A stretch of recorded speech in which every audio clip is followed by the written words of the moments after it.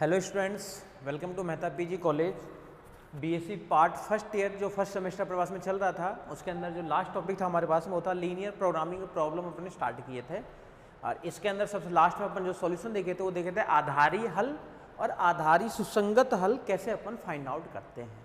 ठीक है, तो आधारी हल और आधारी सुसंगत हल, आधारी हल को अपन क्या बोलते थे, बेसिक सॉल्यूशन। यानी अपन एक पार्ट ये देखे थे कि आधारी हल कैसे फाइंड आउट करना है,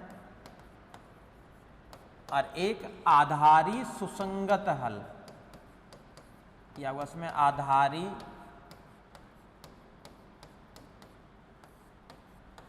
सुसंगत हल। एक तो आधारी हल और एक आधारी सुसंगत हल। ठीक है, अब देखो ध्यान से, आधारी सुसंगत हल का काम तो क्या था कि ऋणात्मक वाला जो मान है वो आधारी सुसंगत हल में नहीं आता है। और आधारी सुसंगत हल के भी देखो दो पार्ट थे, एक का नाम था आपके पास में अपभ्रष्ट आधारी सुसंगत हल और एक को अपन बोलते थे अनअपभ्रष्ट आधारी सुसंगत हल। ठीक है, इसी से रिलेटेड अपने को आज क्वेश्चन सॉल्व करने हैं। तो क्वेश्चन लिख रहे हैं अपन। सबसे पहले देखो यहाँ पे फर्स्ट नंबर का क्वेश्चन है। ठीक है, देख लो यहाँ पे,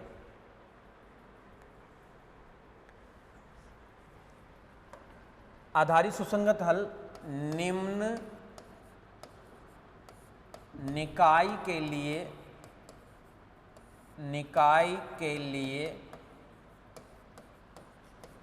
आधारी सुसंगत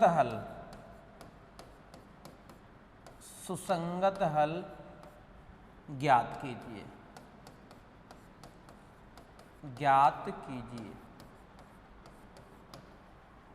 ठीक है, x plus y plus 2z, x plus 2y plus 2z equal to अगस्त में है 12। 2y नहीं, केवल यहाँ पे y है। नेक्स्ट है 3x plus 5y, 3x plus 5y, फिर है प्लस 8z, इक्वल टू अगस्त में है 50। एंड यहाँ से माना होगा इसमें है x1, xy और z, तीन में चर है ना आपके पास में।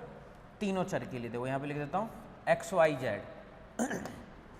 एंड तथा xyz जो है वो ग्रेटर देन इक्वल टू 0 है। ये समीकरण निकाय आपके सामने देखो दिया हुआ है और इस समीकरण निकाय को आपको हल करना। अब देखो समीकरण तो देखो आपके पास में दो ही समीकरण है, एक तो ये है और एक ये है। और चरों की संख्या कितनी है टोटल, तो बोला चर आपके पास में है 3, एक तो है x, एक है y और एक है z।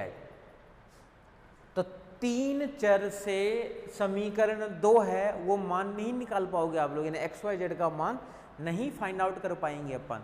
तो इसलिए आधारी हल निकालने के लिए अपन सबसे पहले कितने चरों को जीरो करना पड़ेगा, एक चरों को। यानी टोटल इसके अंदर कितने हैं, बोला टोटल चर तो है 3 और वेरिएबल समीकरण कितना होगा इसमें 2, यानी 3 माइनस 2 यानी 1। इसको करना पड़ेगा आपको 0 के बराबर मानना पड़ेगा आपको। ठीक है, तो 3 केस बनेगा। एक तो बनेगा सबसे पहले कि अगर x बराबर 0 हो, फिर एक केस बनेगा अगर y बराबर 0 हो, और फिर एक केस क्या बनेगा आपके पास में कि यदि z बराबर 0 हो। एक बार x बराबर 0 के लिए, एक बार y बराबर 0 के लिए और एक बार z बराबर 0 के लिए। उसी वाले पार्ट को देखो अपन सही तरीके से लिख रहे हैं। अब देखो केस फर्स्ट सॉल्यूशन देखो स्टार्ट जब होगा, 3 स्थिति संभव है, तो वही चीज देखो लिख रहे हैं यहां 3 स्थिति संभव है।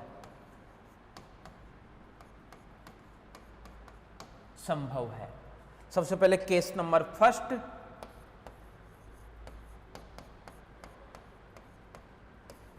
केस फर्स्ट में जा रहे हो। देखो सबसे पहले केस नंबर फर्स्ट के अकॉर्डिंग आपको क्या करना है कि एक मान मानना है। यानी मान लेते हैं कि माना x का जो मान है ये आपका इसमें है 0, x का मान 0 है। तो मान किसका निकलेगा, मान निकलेगा yz का।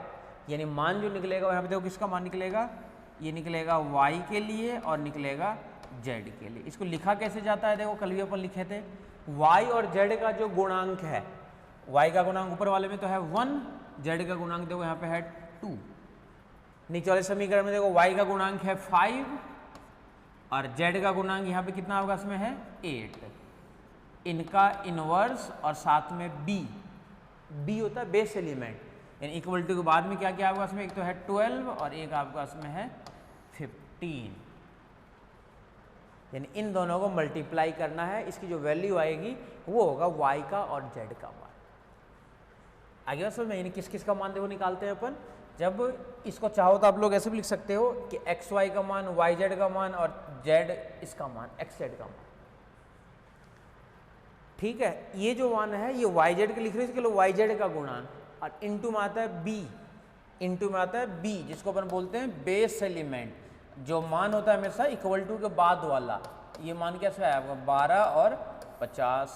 ए मैट्रिक्स का मान क्या क्या था वैसे, ए का मैट्रिक्स ये था 1 1 2, यहाँ से था 3 5 8, ये ए मैट्रिक्स है। ये होता ना एक्स इक्वल टू बी, तो एक्स, अब जिसका जो मान निकालना है उसको इधर उधर भेजते जाओ और मान उसका निकालते जाओ। ठीक है, देखो जिसका मान अपने को निकालना है वो मान अपन निकाल लेते हैं सबसे पहले। तो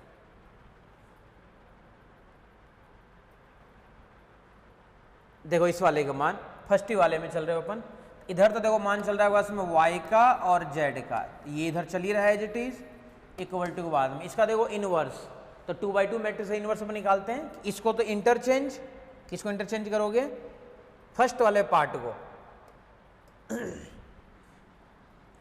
देखो ये वाला जो पार्ट है इसको तो करना है इंटरचेंज, तो इंटरचेंज करोगे तो देखो मान क्या क्या रहेगा, ये ऊपर तो आ जाएगा 8, नीचे आ जाएगा आपका इसमें 1, और इसको माइनस से गुना, तो माइनस का 2, ये क्या बनेगा माइनस का 5, और यहाँ पे आ जाएगा 1,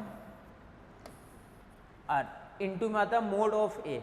मोड ऑफ ए मतलब क्या हो गया, ये हो गया 8 इंटू 8, और ये 5 इंटू 2 यानी 10, माइनस का 10, यानी 8 माइनस 10 माइनस का 2, तो अपॉन में आ जाएगा एक माइनस का 2, तो 1 अपॉन में माइनस का 2 और है साथ में। यानी इसको अगर मान लो सही तरीके से अगर लिखेंगे अपन तो मान देखो क्या क्या आएगा, और साथ में बेस एलिमेंट और भी है, इसको और सही तरीके से लिख देते हैं। बेस एलिमेंट के साथ में y z के लिए देखो यहाँ पे लिख देता हूँ, y और z के लिए देखो मान क्या क्या है, इधर तो है y और इधर आपका इसमें है z, equal to y z का मान निकाल रहे थे अपन। मान देखो क्या क्या है, माइनस का 1/2 8 माइनस 2,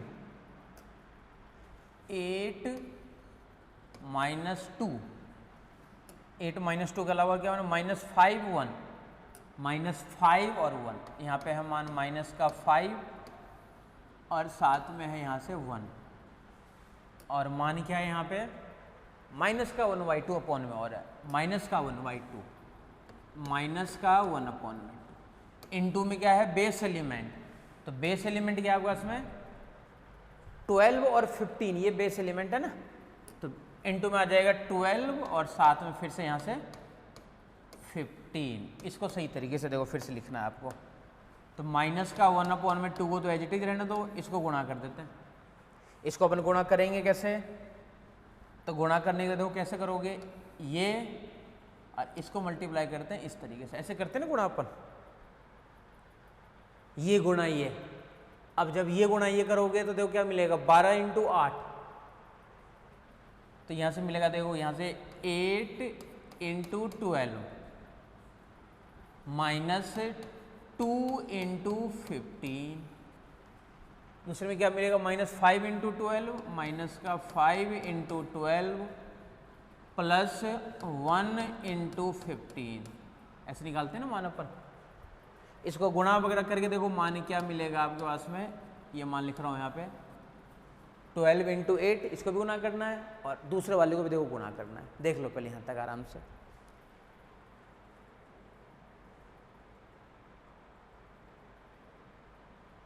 ठीक है।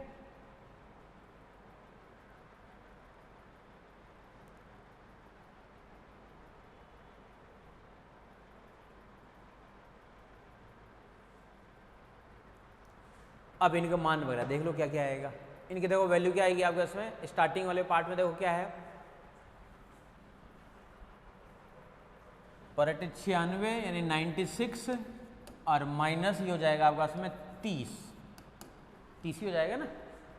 तो 60 और 30 90 यानी 66। यहाँ से मान आपका इसमें है 66, ये है 66। 66 और 30 76 86 96। 66 और 2 का डिवाइड दोगे तो माइनस का 33, तो एक मान मिलेगा माइनस का 33। दूसरा देखो क्या मिलेगा, माइनस का 60 यहाँ से, और प्लस का 15 यानी माइनस का 45, और ये अपॉन में 2 यानी प्लस का हो जाता है ये 45 अपॉन में 2। ये मान रहता है आपका इसमें 45 अपॉन में 2। देख लो, चेक कर लो एक बार।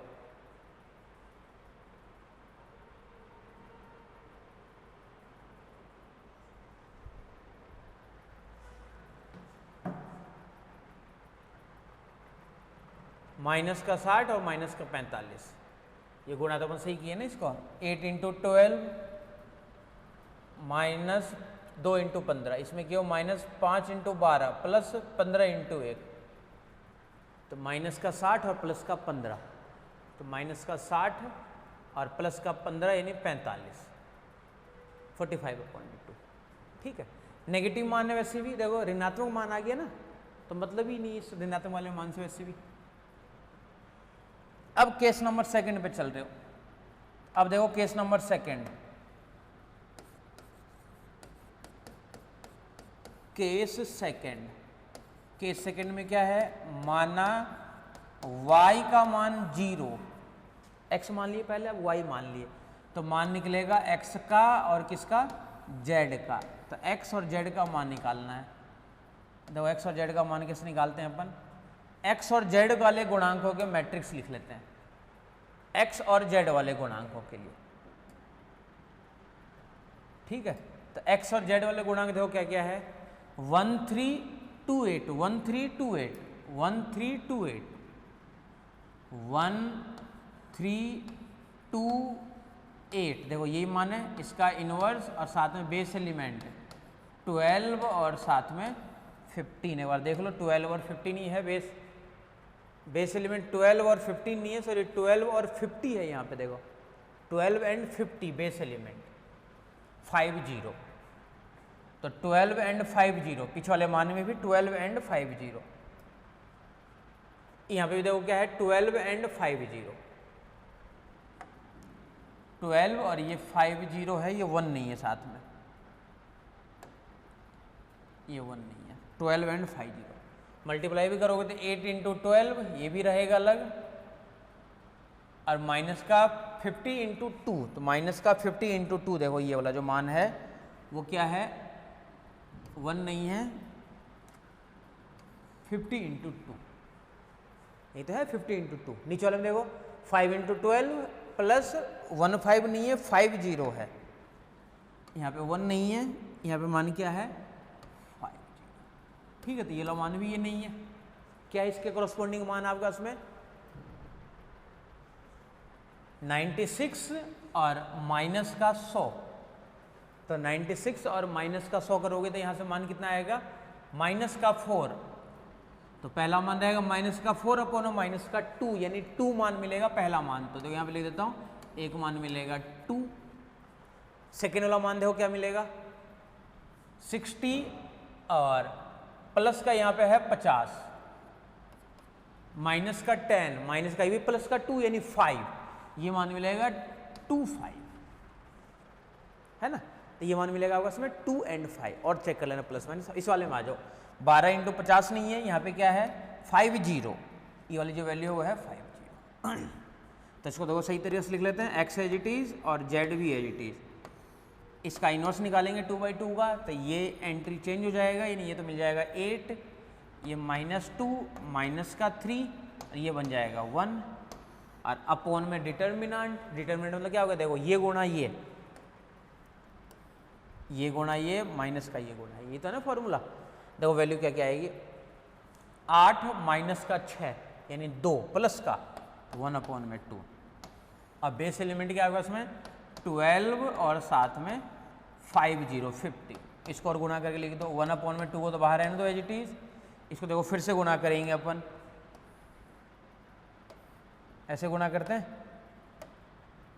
और इसको भी करोगे किससे, इसी से, सेम से। देखो वैल्यू क्या क्या आएगी, वही 8 × 12,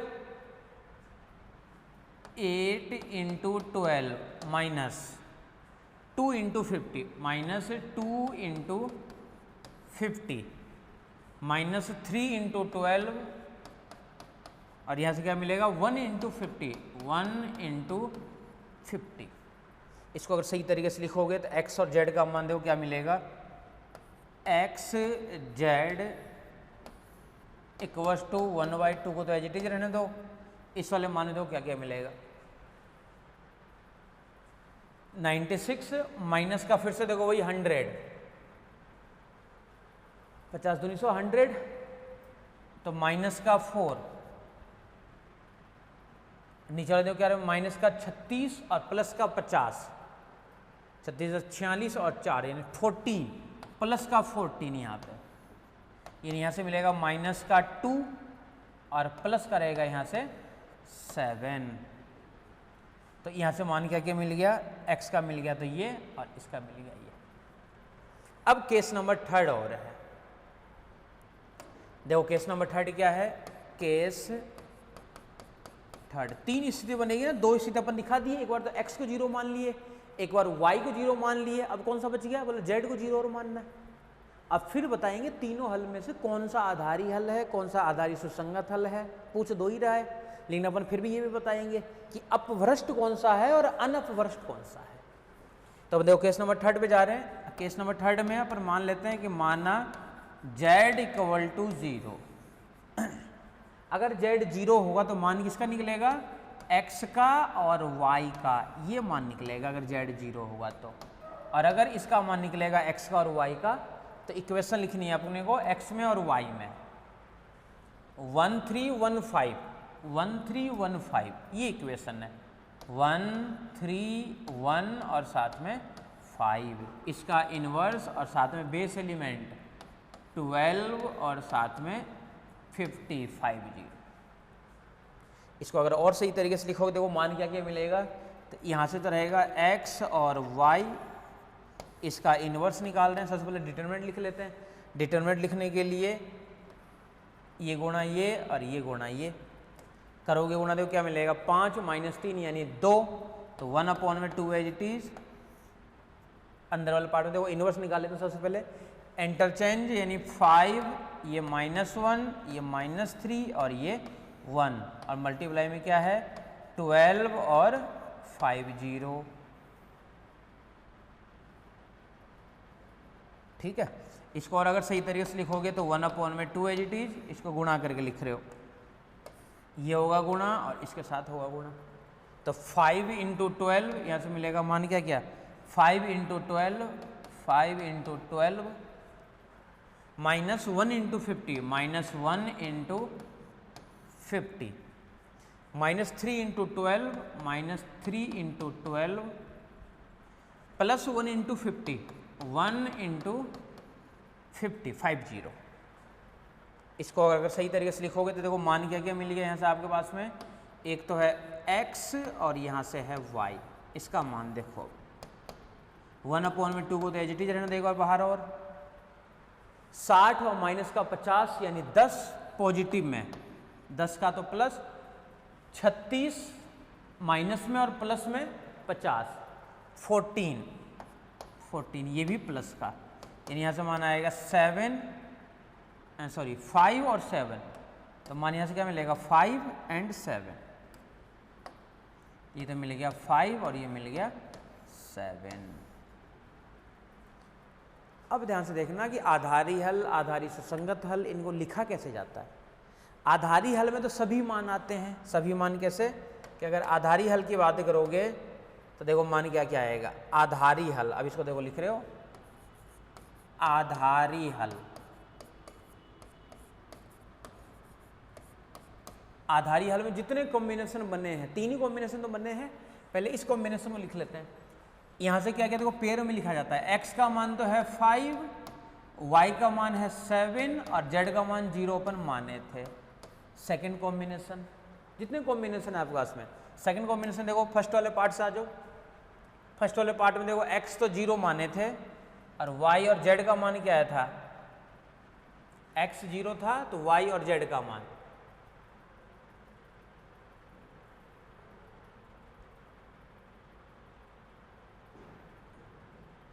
ये कॉम्बिनेशन लिख लेते हैं। चलो पहले x और z का मान देखो, यहाँ से क्या है -2 और 7, x और z का, तो -2 0 7 -2 0 7 -2 0 7 -2 0 और 7, एक मान तो हो गया 0, x 0 था तब, y z और देख लो x 0 था तो y z वाला मान क्या क्या है इस वाले में 2 और 5, किसका मान है y z का, देखो ये तो मान है 2 और 5, ये वाला मान और लिख लेते हैं 2 और 5, 0 2 और 5। अब आधारी सुसंगत हल और लिख लेते हैं अपन, मान लो आधारी सुसंगत हल, ये तो हो गया आपका उसमें आधारी हल। इसी तरीके से आधारी सुसंगत हल का मान क्या होगा, तो आधारी सुसंगत हल के लिए जो ऋणात्मक होता है वो हल नहीं आता आधारी सुसंगत हल में। यानी आधारी सुसंगत हल में कौन कौन सा मान आएगा, एक तो आएगा 5 7 0, यानी एक तो ये वाला पेयर और एक आएगा 0 2 5, ये वाला पेयर नहीं आएगा, ये वाला पेयर नहीं आएगा, ऑब्वियस है। और जिसमें चरों का मान अशून्य हो उसको अपन कहते हैं अनअपभ्रष्ट। तो साथ में आधारी सुसंगत हल जो है इसी का नाम और क्या है, अनअपभ्रष्ट, अनअपभ्रष्ट सुसंगत हल, आधारी सुसंगत। यानी अगर आधारी सुसंगत का भी कोई नाम पूछेगी इसमें कौन सा है, तो ये अनअपभ्रष्ट है, आधारी सुसंगत। अनअपभ्रष्ट क्यों, क्योंकि अनअपभ्रष्ट की डेफिनेशन होती है कि जो चरों के मान जो निकाले हो वो मान कैसा होना चाहिए, बोले अशून्य होना चाहिए। अगर वो चरों का मान अगर अशून्य है तो क्या कह सकते हो कि वो कैसा है, अनअपभ्रष्ट आधारी सुसंगत हल है। ठीक है, तो कैसा है वो, अनअपभ्रष्ट आधारी सुसंगत हल। क्लियर है, आ जाओ और चलते हैं नेक्स्ट वाले क्वेश्चन पे।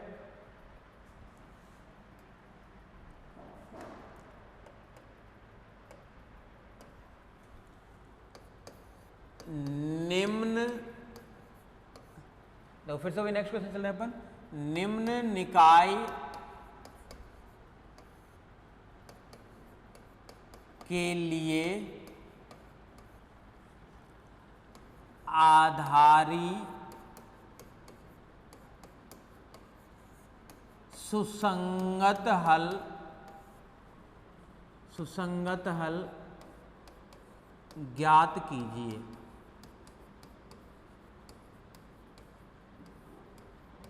क्या निकालना है आपको, फिर से वही चीज, आधारी सुसंगत हल फिर से आपको ज्ञात करना है।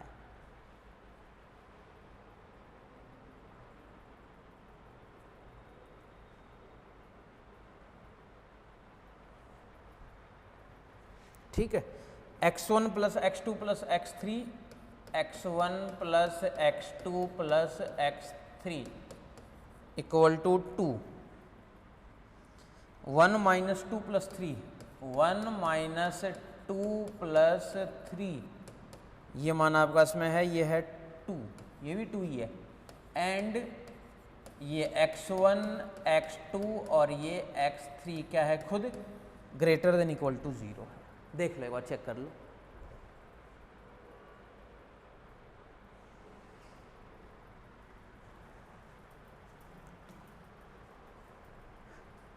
ठीक है, सारे क्वेश्चन एक जैसे एक ही फॉर्मेट के मिलते हैं, सारे पार्ट।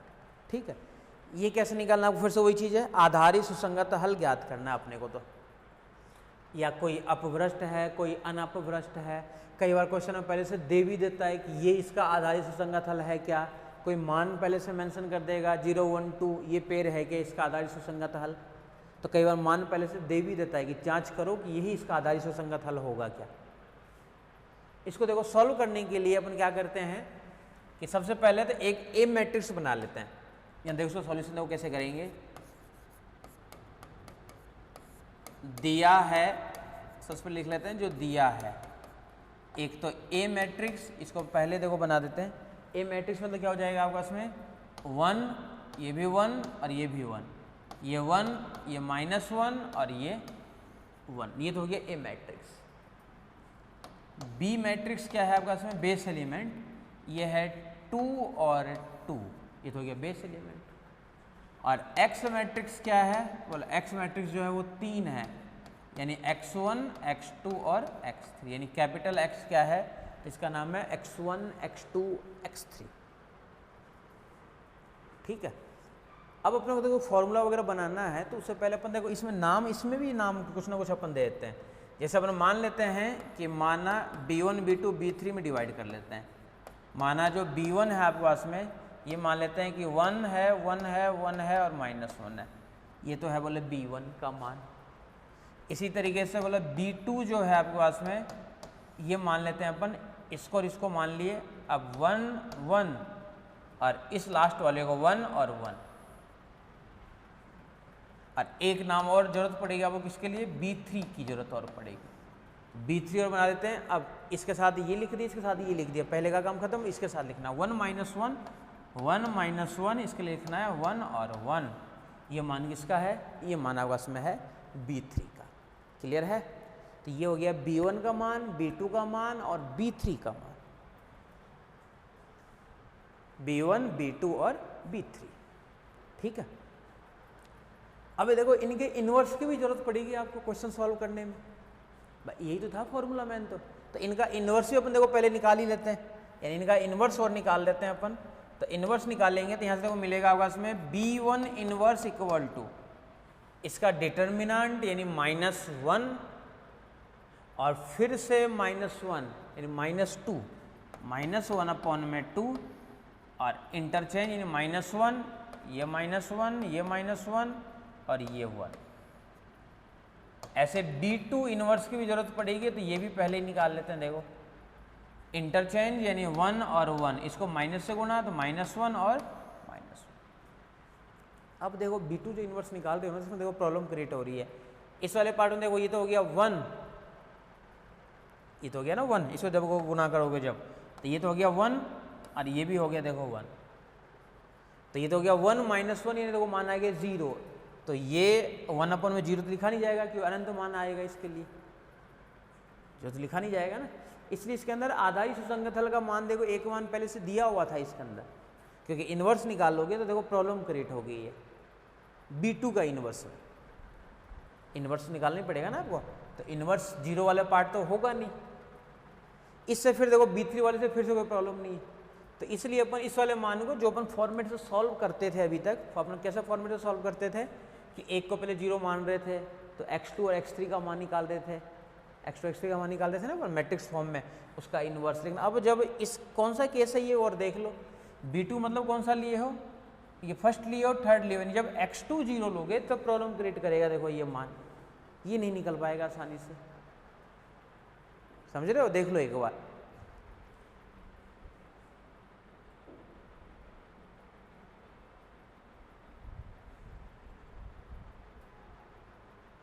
ठीक है।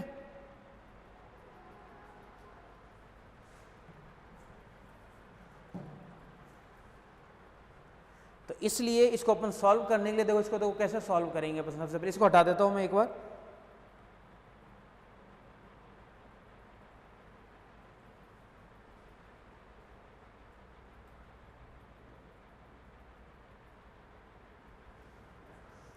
एक मान और इसके अंदर आधारी सुसंगत हल का जो मान है, ये मान एक और दिया हुआ था इसके अंदर। ठीक है।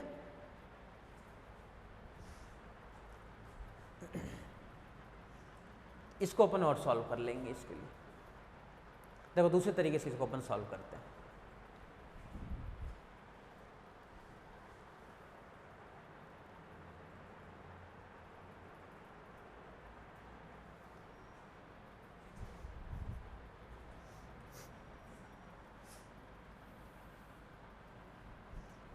आधारी हल, आधारी सुसंगत हल, इन सब पार्ट के अंदर सॉल्व करने के लिए ये प्रॉब्लम क्रिएट करता है। यानी एक इक्वेशन बनाने के लिए देखो पहले एक डेफिनेशन देख लो यहाँ पे पहले एक बार, कि अगर मान लो आपके पास में कोई ग्रेटर देन और लेस देन की कंडीशन आ जाए, यानी x1 प्लस x2, मान लो कि यहाँ पे साइन आ जाए ये वाला मान, सिर्फ साथ में कुछ भी आ जाए, ये आ जाए मान लो 2 आ जाए, या फिर ये आ जाए x1 प्लस x2 और ये आ जाएगा उसमें लेस देन इक्वल टू 3। तो देखो फर्स्ट वाले पार्ट को जब समीकरण में चेंज करोगे तो समीकरण में चेंज करने दो, क्या मान होगा, ये वाला जो मान है ग्रेटर है, तो ये वाला मान जब ग्रेटर है तो यानी x1 प्लस x2 जब ग्रेटर है तो इसमें कुछ ना कुछ माइनस करना पड़ेगा इक्वल टू बनाने के लिए, और माइनस करना पड़ेगा तो कोई ना कोई कांस्टेंट तो माइनस प्लस कर नहीं सकते अपन, तो चर को माइनस कर देते हैं अपन, यानी माइनस यहाँ पे मान लेते हैं x3, अपने आप ये बन जाएगा इक्वल टू 2 में। इसी तरीके से देखो जो सेकेंड वाला पार्ट था आपका उसमें, इस वाले पार्ट को भी देखो अपने ऐसे लिखते हैं x1 प्लस x2, ये वाला मान भी एजिटी, जब देखो ये वाला चीज़ जो है जो लेस देन है 3 से, इसमें कुछ ना कुछ ऐड करना पड़ेगा, इसमें भी ऐड कर दिए, x4 मान लो ऐड कर दी, इसका नाम आ गया 3। तो ये असमीका को इनइक्वलिटी में देखो पर ऐसे परिवर्तित करते हैं, किसी भी असमीका को इनइक्वलिटी में इस तरीके से परिवर्तित किया जाता है असमीका को, ठीक है, असमीका को इनइक्वलिटी में इस तरीके से अपन कन्वर्ट करते हैं।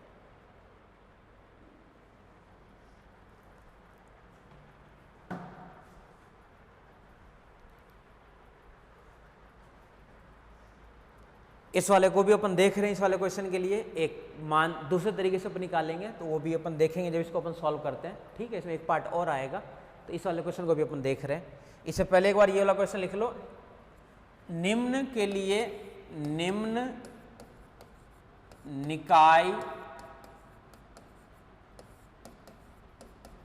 के लिए आधारी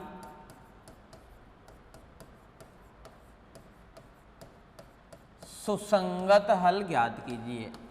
आधारी सुसंगत हल ज्ञात कीजिए। क्या निकालना है आपको, फिर से वही आधारी सुसंगत हल, मान तो कई सारे बनेंगे, आधारी हल भी, आधारी सुसंगत हल भी, अपवृष्ट भी, अनपवृष्ट भी।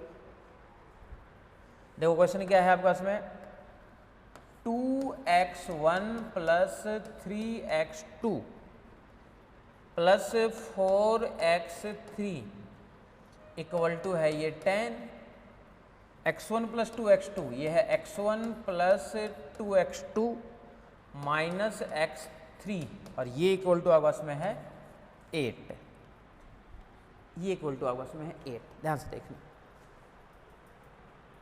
ठीक है। अब इसको देखो, आपको फिर से देखो वही चीज़ें हल करना है, तो सबसे पहले देखो वही ए मैट्रिक्स बनानी है, ए मैट्रिक्स के बाद में वही b1 b2 b3 ये सभी पहले अपन निकाल लेंगे, जो काम थोड़ा सा आसान हो जाएगा। तो इसको अपन देखो सॉल्व कर लेंगे, देखो फिर से वही चीज़ कर रहे हैं अपन, दिया है ए इक्वल्स टू ए मैट्रिक्स बना लेते हैं सबसे पहले, यहाँ से है 2 3 और ये 4, यहाँ से है 1 2 और यहाँ से है -1, ये तो हो गया A matrix. X matrix capital X, ये है आपके पास में एक तो x1, एक है x2 और एक है आपके पास में x3, ठीक है। और बेस एलिमेंट b, तो b का मान आपके पास में है 10 और साथ में 8, ये आपके पास में है बेस एलिमेंट, और साथ में ये भी आपको मानना पड़ेगा, तो ये भी अपन साथ में मान लेते हैं, माना b1 इक्वल टू तो आपके पास में है 2 3 1 2, b2 मानना आपको, b2 मान लेते हैं 2 1 4 -1, और एक b3 और मानना है आपको, वो भी इसी से मान लेते हैं। हर किसी का कॉम्बिनेशन देखो, पहले ये और इसका कॉम्बिनेशन ले लिए, फिर देखो 2 1 4 -1 ले लिए, अब एक बच गया 3 2 4 -1, 3 2 4 -1 का कॉम्बिनेशन, इसका मान आ गया क्या आपको इसमें b3, तो ये हो गया आपको इसमें b1 b2 और b3। इनके इन्वर्स की जरूरत पड़ेगी, तो इसका इन्वर्स भी देखो अपन साथ में यहीं पे निकाल लेते हैं, b1 b2 b3 के इन्वर्स की जरूरत पड़ेगी तथा, तो वो भी अपन यहीं पे निकाल लेते हैं, b1 इन्वर्स इक्वल टू, इसको तो इंटरचेंज पहले देखो अपॉन में क्या आएगा, 4 -3 यानी 1 इंटू में देखो ये तो इंटरचेंज 2 और 2, और इसको माइनस से गुणा, माइनस का 3 और माइनस का 1। इसी तरीके से देखो b2 इन्वर्स की भी जरूरत पड़ेगी, तो ये भी निकाल लेते हैं, माइनस का 2 और माइनस का 4 यानी माइनस का 6, तो माइनस का 1/6 इन्वर्स में देखो क्या क्या मान आएगा। इन्वर्स वाले पार्ट में निकालोगे तो इसको तो इंटरचेंज यानी -1, ये -4, ये -1 और यहाँ पे आ जाएगा 2, इसको इंटरचेंज, इसको माइनस से गुणा, एक ही तो काम करना है सब में। B3 इसकी और जरूरत पड़ेगी तो -3 और माइनस का 8, तो 3 माइनस का 8 यानी माइनस का 5, तो माइनस का 1/5, यहाँ से देखो क्या क्या रहेगा, -1 ऊपर चला जाएगा 3, यहाँ पे -4 और -2, ये हो गया B3 का इन्वर्स। माइनस का 5 नहीं, सॉरी देखो इधर मल्टीप्लाई करोगे तो माइनस का 3 और ये भी माइनस का, तो माइनस का 8 यानी माइनस का 11 हो जाएगा टोटल, ये 11, माइनस का 3 और माइनस का 8, इसमें माइनस का 2 और माइनस का 4, 6, 4 और माइनस का 3 यानी 1, ठीक है। अब अपन देखो कंडीशन बना देते हैं हर किसी के लिए। सबसे पहले अपन लिख लेते हैं केस नंबर फर्स्ट, स्थिति फर्स्ट। माना, सबसे पहले अपन क्या मान रहे हैं, x1 बराबर 0, सबसे पहले अपन क्या मान रहे हैं, x1 बराबर 0, तो मान किसका निकलेगा, बोला मान निकलेगा x2 और x3 का। भाई जब एक 0 है तो मान तो बाकी दोनों का ही तो निकलेगा, यानी मान किसका बनेगा, x2 और x3 का। उसको देखो लिखा कैसे जाएगा, x1 0 है तो x2 और x3 equal to x2 x3, मतलब क्या हो गया कि पहले के अलावा जो कॉम्बिनेशन बनाए थे अपन, जिसमें फर्स्ट नहीं लिए थे, 2 1 नहीं लिए थे, 3 2 और 4 -1, देखो B3 था, B3 था ना, क्योंकि इसमें आप x2 x3 लेना है, पहले के अलावा लेना है, ये कॉम्बिनेशन है B3, तो B3 का इनवर्स क्या देखो बनाएगा, इसके लिए तो क्या बनाएंगे अपन, B3 का इनवर्स और इनटू में बेस एलिमेंट। अब B3 का इनवर्स मतलब क्या है, माइनस का 1/11, -1, -4, -2 और 3 और साथ में बेस एलिमेंट। बेस एलिमेंट में क्या क्या मान था आपका, इसमें 10 और 8, ये आपका इसमें है 10 और साथ में 8, इसको गुणा वगैरह करके और दिखा दो, यानी यहाँ से मान मिलेगा x2 और x3 का इक्वल टू, इसको कर दो, ये माइनस का 1/11 को तो बाहर रहने दो एज इट इज, इसको गुणा वगैरह कर दो, ऐसे करेंगे गुणा अपन इसको इसके साथ, तो माइनस का 10 इंटू माइनस का 1 इंटू 10 यानी माइनस का 10, ये गुणा ये, फिर माइनस का 4 इंटू 8, ऐसे दूसरे वाले में माइनस का 2 इंटू 10, माइनस का 2 into 10 plus 3 into 8 equals to minus का 1/11 एज इट इज, इसका देखो मान क्या है, माइनस का 10 और माइनस का 32, माइनस का 42,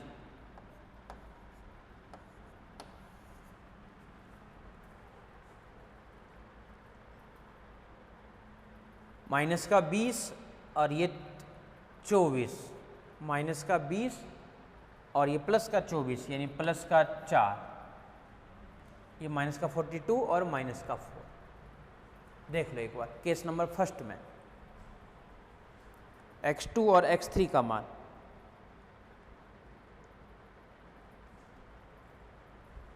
यानी पहला मान क्या जाएगा आपके पास में, यहाँ से तो रहेगा 42/11 और दूसरा क्या रहेगा माइनस का 4/11, ये मान निकल गया देखो पहले के लिए।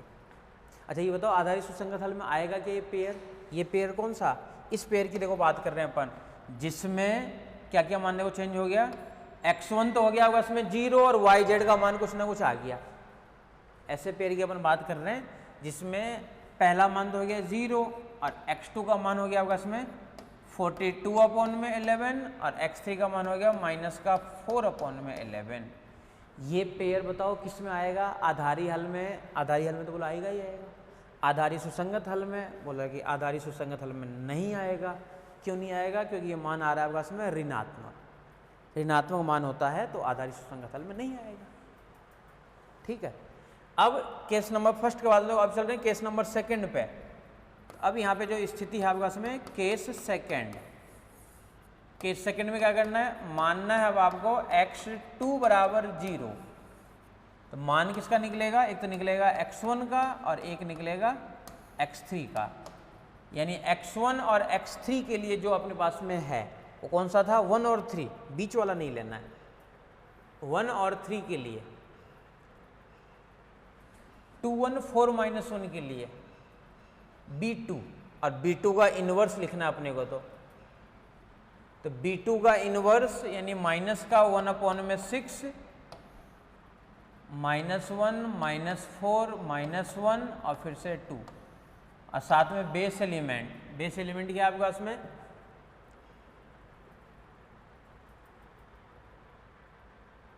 10 और 8। यहां से बेस एलिमेंट आपके पास में है 10 एंड 8। यानी यहाँ से मान अगर देखा जाए तो यहाँ से तो हो गया x1 और x3। इसका मान देखो क्या क्या आएगा आपका इसमें, माइनस का 1/6 है जी, इसको गुणा वगैरह करके लिख लेते हैं। माइनस का 10 और यहाँ से माइनस का 32 यानी माइनस का 42। इससे करोगे तो माइनस का 10 और प्लस का 16, माइनस का 10 और प्लस का 16 यानी प्लस का 6, यानी ये मान मिल जाएगा 42/6 और यहाँ से मिलेगा माइनस का 1। ये हो गया आपके पास में दूसरा पेयर में। यानी अगर मान की बात करोगे तो यहाँ पे देखो मान क्या क्या मिलेगा, x1 का मान तो हो गया 42/6, 42/6, x2 का मान हो गया 0 और x3 का मान हो गया -1। ये उसमें है क्या, किसमें, आधारी सुसंगत हल में नहीं है। क्यों नहीं है, ऋणात्मक वाला फिर से आ गया, ऋणात्मक आ गया ना। जब तक ऋणात्मक आता जाए जब तक आधारी सुसंगत हल में तो नहीं आएगा। बोला आधारी हल में, तो बोला आधारी हल में तो आता है, ये ऋणात्मक हो, 0 हो, धनात्मक हो, कुछ भी हो, आधारी हल के मान में तो आएगा ही आएगा। अब केस नंबर थर्ड लगा लेते हैं, लास्ट वाला केस। लास्ट वाला केस देखो आपका इसमें क्या है, case number third. Case number third में जो है आपका इसमें केस थर्ड माना, अब 0 किसको मानना है, x3 बराबर 0। मान किसका निकलेगा, जब x3 को 0 ले लोगे तो मान किसका निकलेगा, x1 और x2 का मान निकलेगा, x1 और x2 का मान निकलेगा आपके पास में। और इसका मान देखो निकलेगा किसके बराबर, ये और लिख लेते हैं, x1 x2 का मान तो मिलेगा, यानी 1 और 2 यानी पहले यानी b1 इनवर्स, यानी b1 इसका इनवर्स और साथ में बेस एलिमेंट, ये बनेगा फॉर्मूला। यानी इसको देखो अपन क्या लिखेंगे सही तरीके से, यानी इधर तो चल रहा है बस में x1 and x2 equal to b1 inverse का जो मान निकाल रखे हैं वो अपन पुट कर देते हैं। सबसे पहले तो b1 इनवर्स क्या आपके पास में 1 तो हो गया, 2 - 3 - 1 2, 2 - 3 - 1 2, 2 - 3 2 - 3 - 1 एंड 2, और साथ में बेस एलिमेंट था आपके पास में 10 और 8, 10 और 8। एक बार देख लो, 2 - 3 - 1 2, 2 - 3 - 1 2, सही है, यही मान है, 2 - 3 - 1 2। और डिटरमिनेंट 1/1 है तो इसलिए कुछ नहीं, इसलिए अपन नहीं लिख रहे हैं। इसको गुणा वगैरह करके देखोगे तो गुणा वगैरह करने में देखो मान क्या आएगा, ये इससे गुणा होगा और ये इससे गुणा होगा। 20 माइनस का 24 यानी माइनस का 4, माइनस का 4,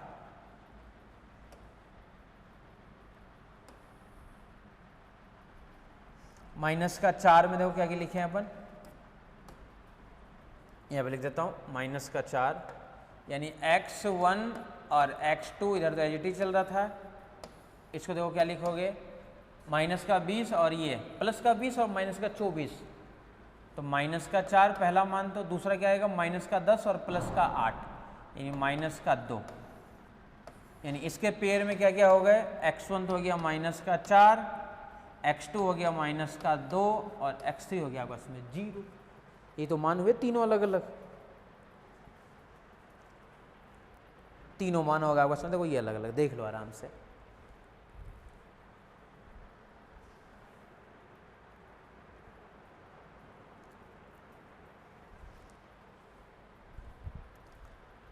अब जब तीनों मान मिल गया तो अब अपन लिख लेते हैं आधारी हल, आधारी सुसंगत हल।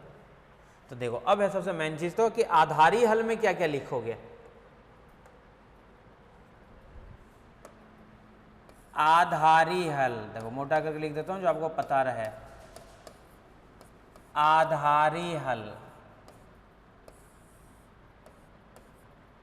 आधारी हल, एक हल तो ये है, आधारी हल में सारे आएगा -4, -2 और 0, ये भी आधारी हल में है। दूसरा कौन सा निकाले हो वो भी आ जाएगा, ये केस नंबर 3 था। सेकंड में देखो ये था 42/6 0 -1, 42/6 0 -1, 42/6 0 -1। तीसरा मान जो फर्स्ट कंडीशन से अपन निकाले थे, केस नंबर सेकंड, ये फर्स्ट 0 42/11, 0 42/11, 0 42/11 और एक मान और था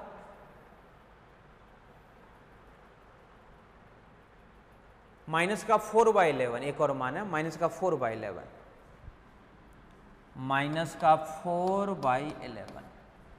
ये मान किसके लिए है? बोले ये सारे मान आएंगे आपके उसमें आधारी हल में।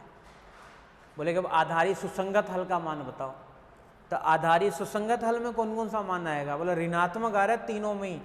इसमें भी देखो ऋणात्मक मान है, किसमें? पहले वाले में भी देखो ऋणात्मक है, देखो यहाँ पे ये ऋणात्मक है ना पहले वाले में भी। दूसरे वाले में भी देखो ये वाला जो मान है ये ऋणात्मक मान है। तीसरे वाले में भी मान क्या है? ये ऋणात्मक मान है। तो बोला कि आधारी सुसंगत हल मान तो नहीं देगा। आधारी हल तो है तीनों ही पेयर में, आधारी सुसंगत हल नहीं है पेयर के फॉर्म में। आधारी हल तो है लेकिन आधारी सुसंगत हल नहीं है ये। क्यों? पता चल गया ना, क्योंकि मान कैसा है? ऋणात्मक है। तो नीचे एक लाइन लिख देते हैं लैंग्वेज कि यहाँ आधारी सुसंगत हल नहीं है। आधारी सुसंगत हल नहीं है। ठीक है।